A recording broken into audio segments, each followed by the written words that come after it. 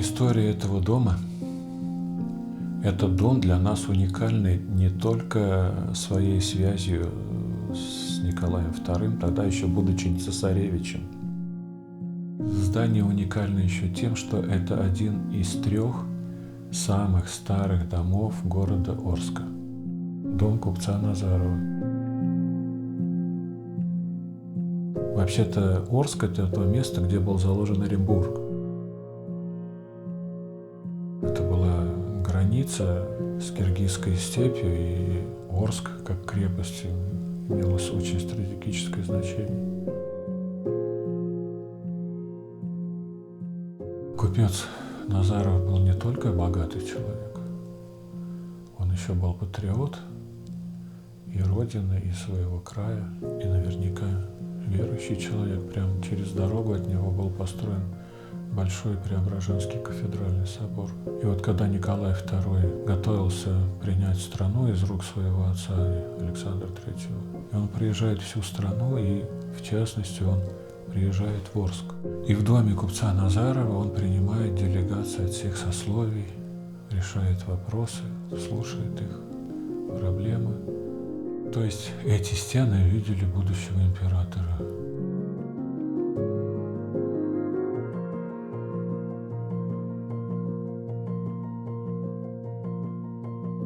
В советское время в этом доме сделали коммуналки.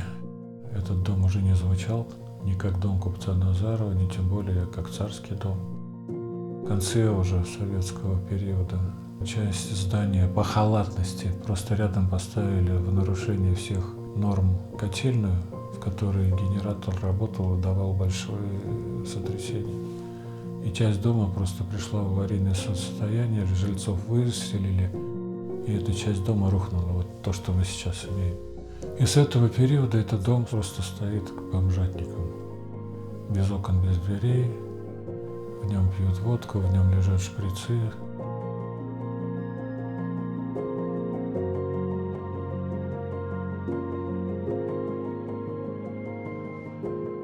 В 90-е годы митрополит Леонтий, тогдашний правящий архиерей Оренбуржья, с Оренбурга приехали и вот установили торжественно на этом доме большую мраморную доску, что в этом доме останавливался наследник престола цесаревич Николай, будущий император всероссийский. И это, конечно, мраморная доска, она сейчас висит очень не торжественно, а печально.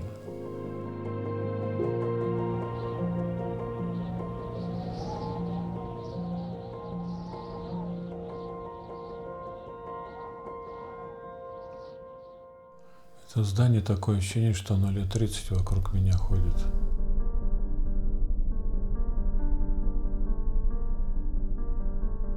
Еще 30 лет назад мы восстанавливали самый первый храм после периода гонений на горе Преображенской в Орске.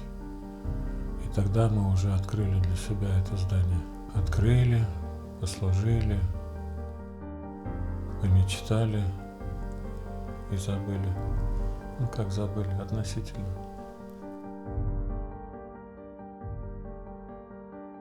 К этому зданию периодически были крестные ходы в Орске на день царственных страстотерцев, на день рождения Николая II. Это память Иова Многострадального.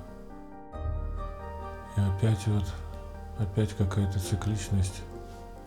Вроде бы мы и окончательно в него не входим, но мы делаем круг и опять возвращаемся в эту точку, потому что оно в промысле Божьем.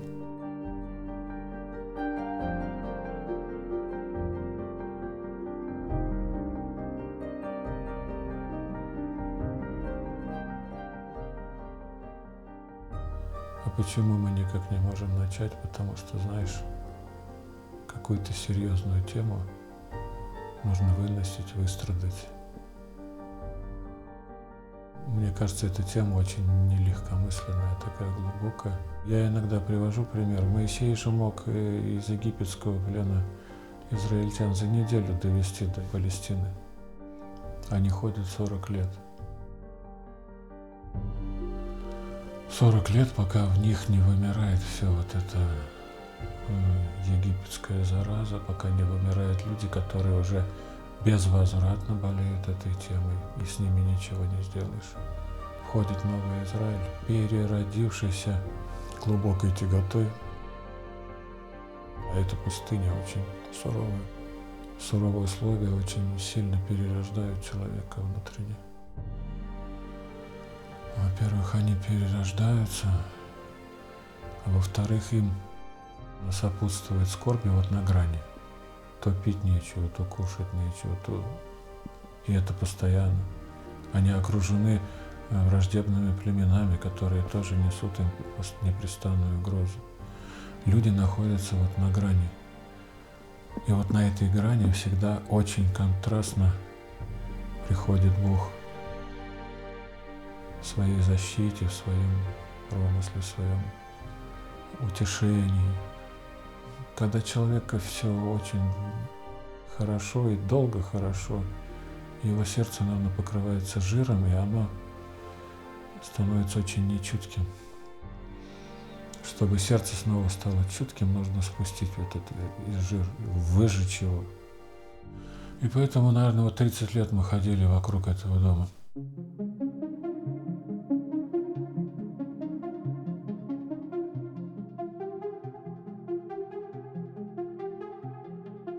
Когда я уже основал монастырь, вдруг, опять же, промыслом Божьим меня находит женщина, вдова, один наш земляк, меценат, когда-то выкупил этот дом с целью его восстановления. Этот человек был верующий. Он умирает, и опять все это повисает. И, кстати, этот человек умирает в монастыре, очень хорошо умирает. Не в нашем, а он какому-то монастырю благодетельствовал. Господь посылает ему благочестивую христианскую смерть, но он опять же не приступает к восстановлению этого дома. Все зависает на несколько лет. Вдова в Москве вдруг находит меня здесь, на Урале. Почему-то именно меня опять. Находит меня, звонит и говорит, что готова передать. И передает, тогда я духовник монастыря. Мы принимаем на монастырь этот дом. Монастырь еще только вот начинает быть, жить. Он еще сам сосет очень много средств материально. Потому что мы только обживаемся, мы только строимся. И я нахожу в этих средствах вот именно столько, сколько нужно было, чтобы законсервировать этот дом, потому что больше 200 лет, наверное, этому дому. И он просто на глазах рушится. И тогда мне хватило денег, покрыл его новой крышей, закрыл контур окон и фундамент. И опять пауза на 5 или 6 лет. Но, слава Богу, он ждет меня. Даже одна часть там уже покосившаяся готова была рухнуть за эти 5 лет. Он просто остался такой, какой есть, ничто не двинулось больше. И вдруг этот дом возвращается снова ко мне в самый, казалось бы, по-человечески неблагоприятный момент. Можно так сказать, вопреки.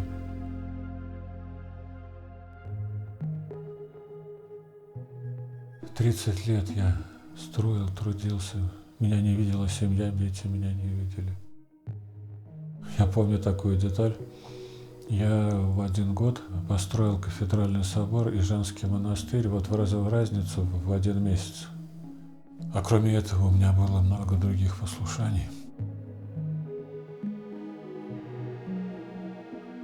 Помню, что в ночь перед освящением кафедрального собора я в алтаре на полу у престола в час ночи уснул. Прямо на кафеле. И проснулся в 5 утра, через 4 часа, и мы освящали кафедральный собор. Я надорвался и не мог спать. Я посещал докторов, они мне назначали какие-то сильные лекарства. И тогда я подошел к архиерею и спросил разрешения, благословения служить каждую ночь литургию. А архиерей тогда очень удивленно на меня посмотрел и сказал: ты в таком надорванном состоянии просишь каждую ночь служить литургию. Я говорю: ну в виде эксперимента разрешите. И литургия меня спасла. Литургия дала мне внутреннюю гармонию, мне вернулся сон, мне вернулись силы. А потом после кафедрального собора были 11 лет женского монастыря.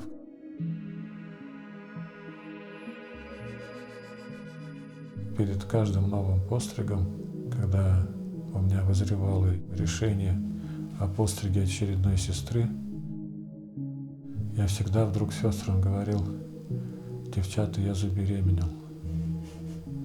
Я забеременел очередной сестрой. И это не кощунственно, и это не хула. Апостол Павел говорит: дети мои, я родил вас во Христе. И это забирает очень много внутренних сил.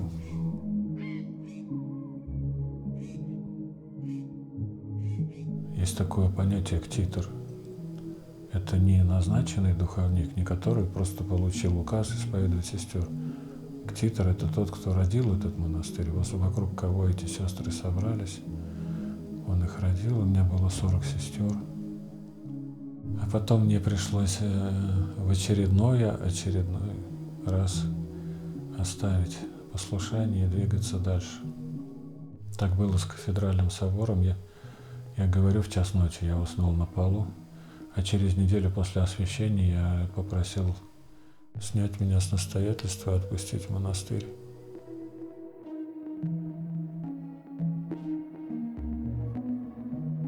Я ушел с кафедрального собора, а потом через 11 лет ушел с монастыря. И знаешь, вот сейчас, последние полгода, Господи, как бы это мягче сказать, были для меня таким испытанием, таким напряжением. Можно сказать, я почти чуть не умер, потому что искушения были такой силы. Вдруг все, что было близко мне, дорого, люди, дело, и вдруг все мне пришлось оставлять. Я терял друзей, близких людей, с которыми я прожил 20 лет, 10 лет, которые были частью меня, и вдруг они посыпались с такой скоростью и так необычно, что просто без «до свидания». Это была, неимоверная боль. Я очень-очень сильно растерялся.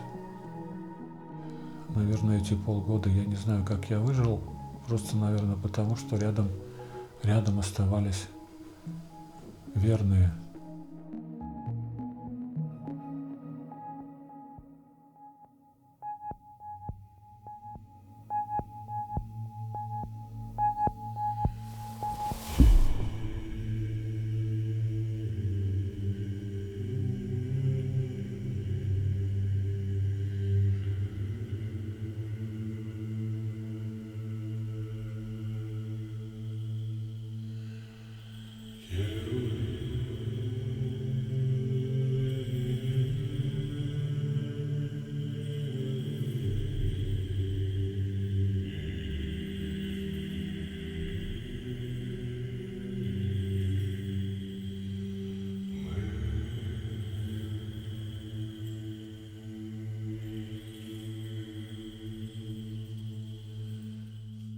Литургия делится на две части.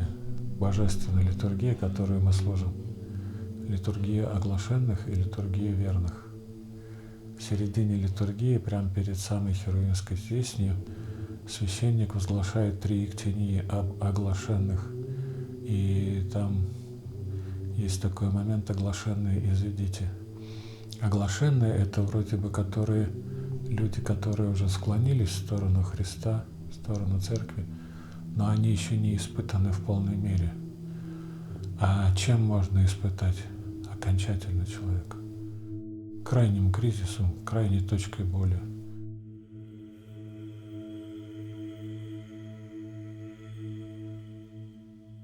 И вот в этой точке боли, в состоянии крайнего кризиса, вдруг отделяются оглашенные, верные. Я сейчас не размышляю в категориях плохие и хорошие. Нет. Эти тоже хорошие, просто они еще не верные. Верность — это не то, что люблю жду, это все слова. И вдруг в моей, в литургии моей жизни, те люди, которые говорили мне, что мы будем всю жизнь с вами, мы никогда вас не предадим, мы не отойдем от вас, потому что вы нам показали Христа, мы вам поверили, мы шли за вами. И вдруг как раз вот эти люди. Кстати, иногда остаются те, кого не ожидал. А самые-самые близкие вдруг, когда посыпались, это было, знаешь, напряжение такой силы, испытание такой болью, что некоторые внешние люди, наблюдавшие меня в это время, стали говорить, он сошел с ума. Ну, наверное, отчасти так и было. От горя же сходит с ума. Но есть сумасшествие окончательное, а есть сумасшествие вот этого периода. Конечно, в тот момент я почти сошел с ума от боли.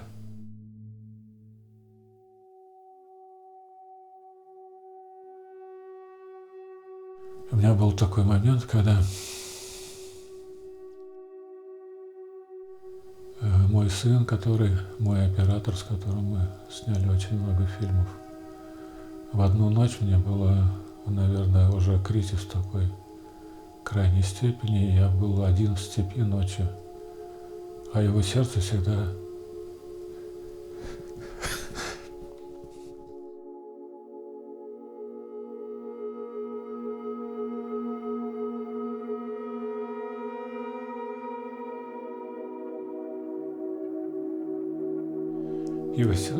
как-то его звонило ему на батом.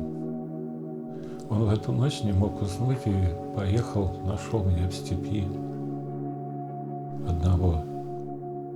Он приехал, у меня был сильный срыв. Я, наверное, не плакал, а, наверное, больше даже кричал. Не говорил никаких высоких слов, не утешал, он просто меня обнимал. И в какой-то момент сказал вот такую очень короткую ключевую фразу: «Пап, ты только с дистанции не сходи».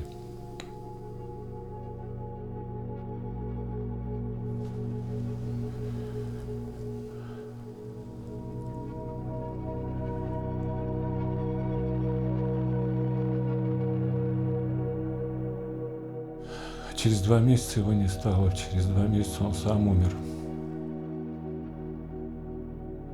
И поэтому, знаешь, он мне как будто оставил вот это вот завещание, свое предсмертное завещание: пап, ты только с дистанции не сходи, что бы ни было.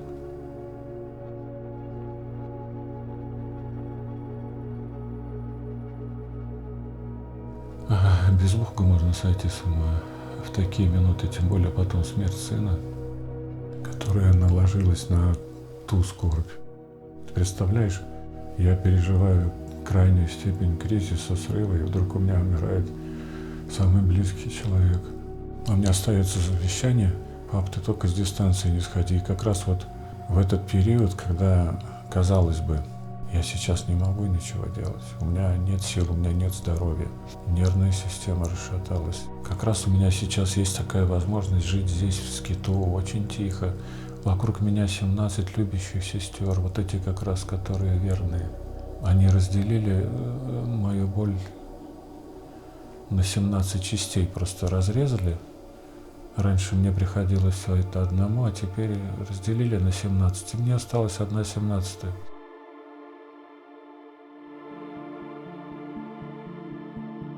И как раз в это время приходит мне сейчас новое послушание: восстановить руины царского дома. Именно руины, Господи помилуй. Ладно бы стены и крыши были, внутри косметику это можно всегда сделать, но там одна часть просто рухнувшая. Я даже сейчас не представляю, как мы ее будем поднимать, потому что это даже техническое решение очень сложное. Финансовое. Я сейчас в скиту, в котором 10 домов, нет иконной лавки, элементарную свечку никто не купит.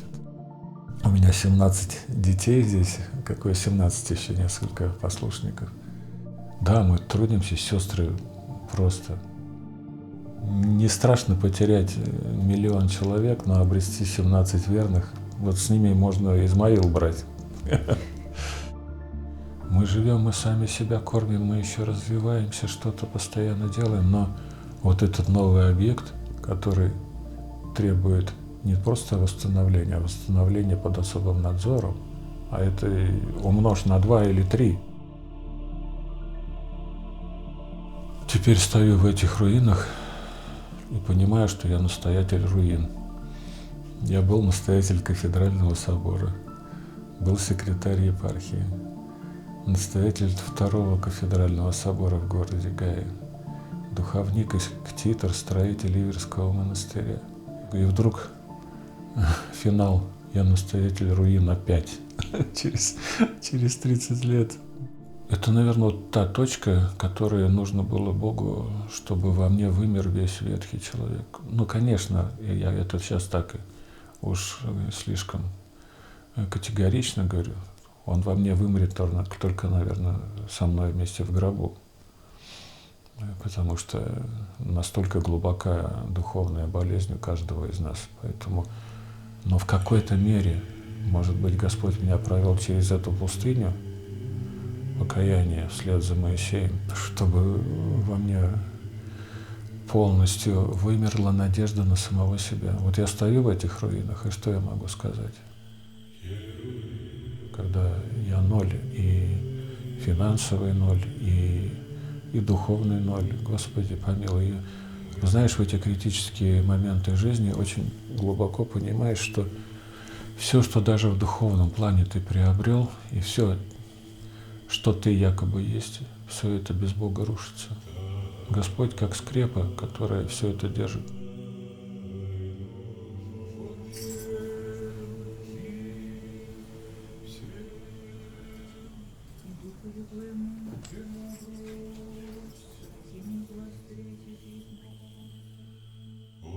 Господь подвел меня к точке восстановления этого дома, очень сильно потрепав, очень сильно испытав. Сейчас, когда я решил начать опять с литургии, я всегда, когда приходил на очередное послушание, на очередной объект, я просто начинал просто в чистом поле служить. И потом за этим все происходило. Так и сейчас мы, когда решили служить в царском доме, первую литургию прямо на руинах. Зимой в 23 градуса мороза, да, было прохладно. Я не случайно вчера на ночной службе сказал, что когда мы отогрели своим дыханием комнату, вдруг из этих стен пошел запах старины. Но там, наверное, не только запах пошел. Вот, наверное, какая-то энергетика, которая осталась в этом доме, просто во время литургии облаком каким-то нас накрыло.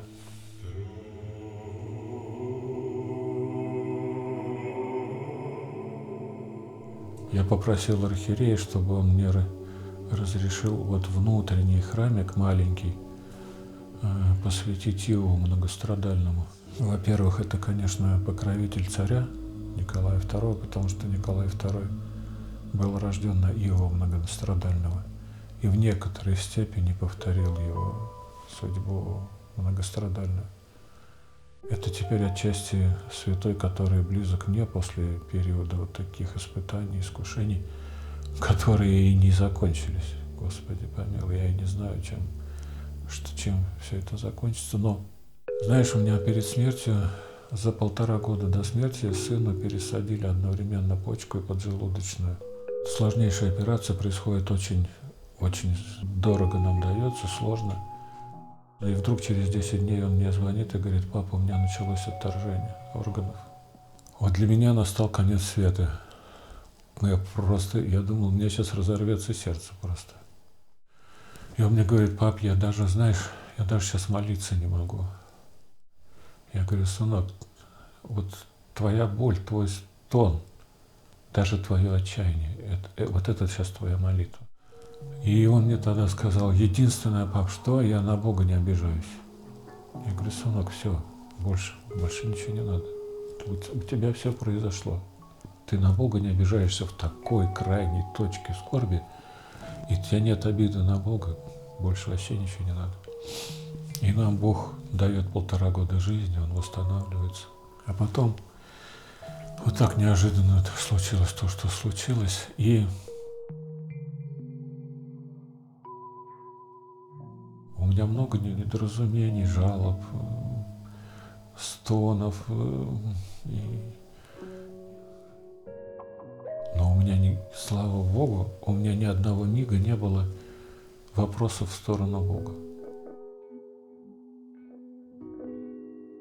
Один из моих любимейших святых – это Сафроний Сахаров.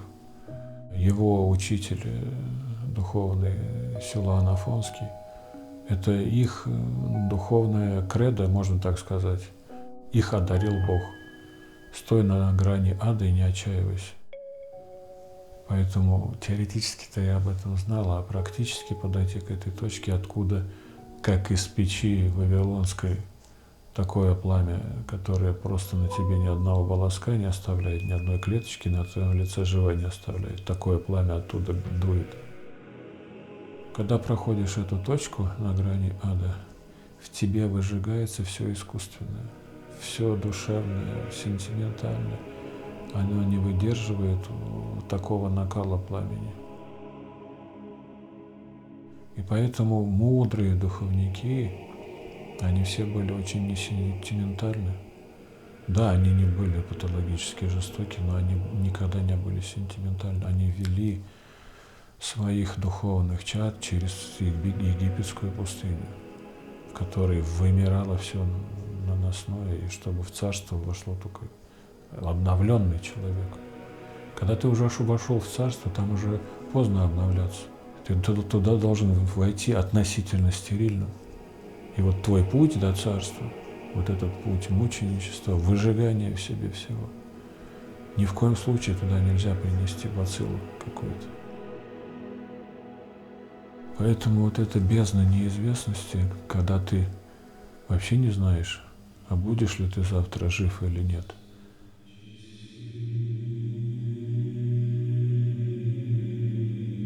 Если Бог за руку не возьмет, то ты не дойдешь. Без Моисея израильский народ вернулся обратно. Ведь они прям в первые же дни: ой, давайте обратно в Египет. Пусть будем рабами, но там хоть нас кормили. Без Моисея невозможно было пройти. Так и точку ада без Бога нельзя миновать. И Господь меня держит какое-то время вот в этой слабости моей. И это время моей слабости будет ровно столько, пока я не дойду до утомления этими своими состояниями.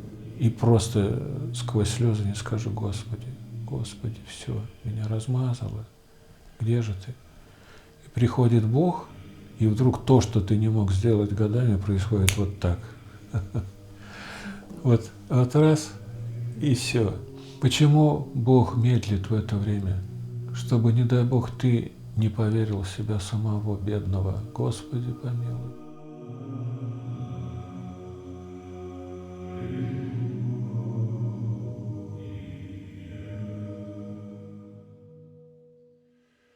Вот сейчас я так подхожу к этому новому послушанию, в которое нужно столько средств, столько сил. Но, слава Богу, команда у меня есть, люди верные вокруг меня, это моя команда. Но ведь положительными эмоциями это не восстановишь.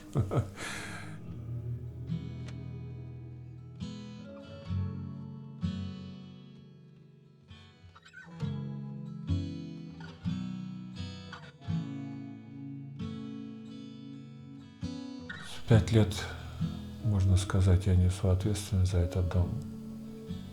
Тяжела ли эта ответственность? Но в некоторой степени тяжела, да, что я его до сих пор не восстановил.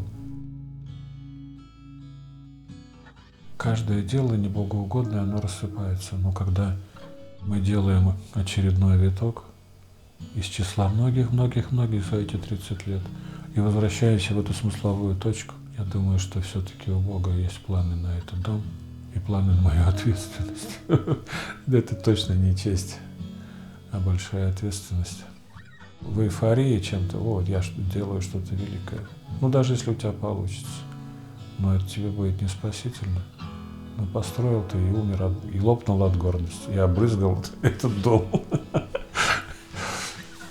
Сейчас мы отслужили первую литургию и решили каждую неделю с пятницы на субботу служить ночную литургию в руинах. Сколько он будет восстанавливаться, столько мы и будем служить. И перейдем потом уже в службу в восстановленном доме. Что там будет?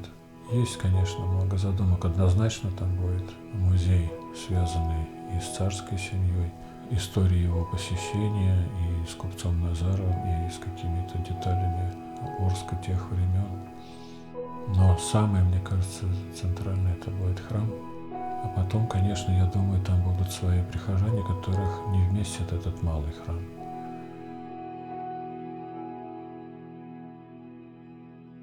И мы какое-то пространство, может, на втором этаже выделим для служб с большим числом православного народа, тех, кто любит царя, кто любит свою малую родину. Некоторых смущает человечество Николая. В нем осталось много до последнего, и, слава Богу, очень много человеческих деталей, которые, может быть, контрастируют стереотипом святости. Святой, он должен быть совершенно отстранен от всего земного и без каких-то деталей, черт характера, особенностей. А в том-то и святость, что человек остается человеком, и в нем происходит какая-то кардинальная перемена обожения. Этот феномен мы наблюдаем в самом Христе. Церковь о природе Христа говорит совершенный Бог и совершенный человек. В нем удивительным образом сочетается святость, надмирность и очень глубокая социальность, погружение в этот мир. Христос был таким. Ведь Он даже первое чудо на свадьбе совершает. Умножает вино, находится среди людей, которые поют песни, танцуют, шутят, смеются. Христос не гнушается и в то же время никогда не переходит грань греха. Вот святые повторяют природу Христа.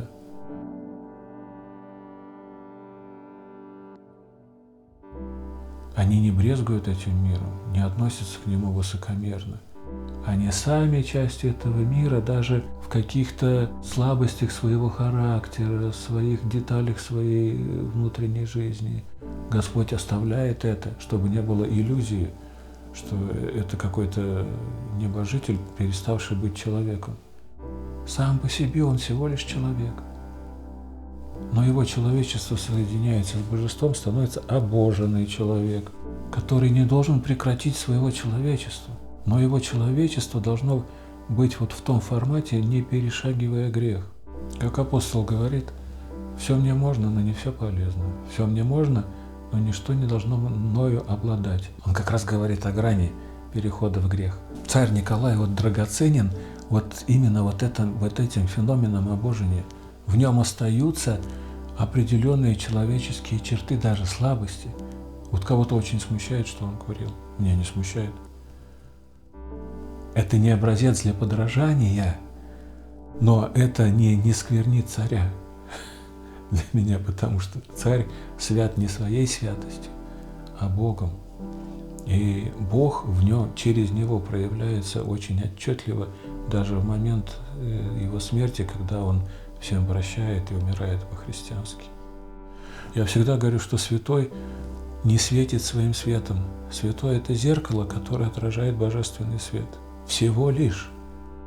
А тот безумец, который думает, что он светит своим светом, это психиатрия, это сумасшедший. Но это зеркало нужно натереть. Пыль, грязь стереть, и тогда оно лучше отражает. Но всего лишь отражает.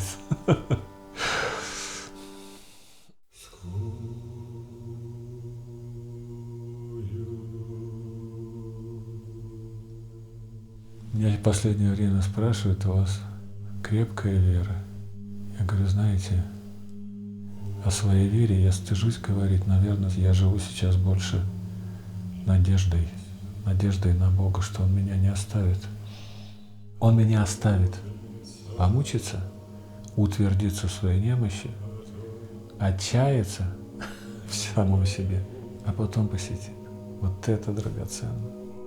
Давляет тебе благодать моя, а то, что ты несешь, это тебе во смирение. Убери смирение, одна благодать тебя погубит. Тщеславие. Поэтому Господь мудро каждому дает черты характера, свои индивидуальные слабости, какие-то оттенки, не только красивые, но и невзрачные, а иногда и позорные. Все это хорошо, если человек понимает, что все от Бога. Все, что хорошее, это Бог. Все, что плохое, это мое. Тут даже вот одна деталь. Мое, а не дьявола. Вот мы так любим иногда все на дьявола валить. Это он виноват. Мы бы вообще святые были, если бы дьявола не было.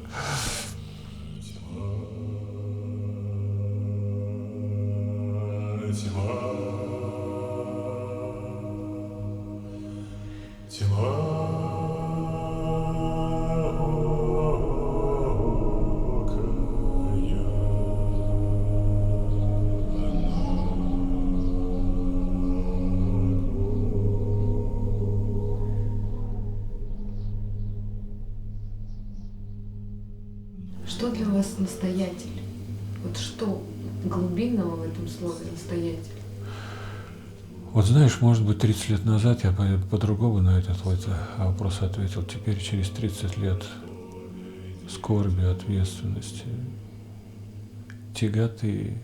Для меня настоятель – это большая ответственность сейчас. Слава Богу, что для меня стала эта ответственность, а не честью. Честь? Слушай, да мы до гроба будем болеть тщеславием. Я не верю тем людям, в которых нет тщеславия. Я не верю. Просто оно у него глубоко закопано. Да пусть оно лучше раньше вылезет. Пусть оно позорится раньше, в том мудрее будет, нежели оно вылезет потом в самый неблагоприятный момент. Я боюсь тех людей, которые потеряли свою греховность.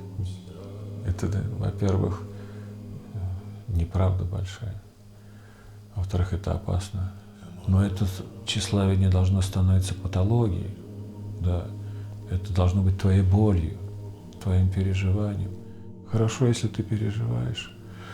Переживаешь и за дело переживаешь, и за себя самого, который может испортить это дело, и за команду, которую ты можешь подвести. Вот что настоятель.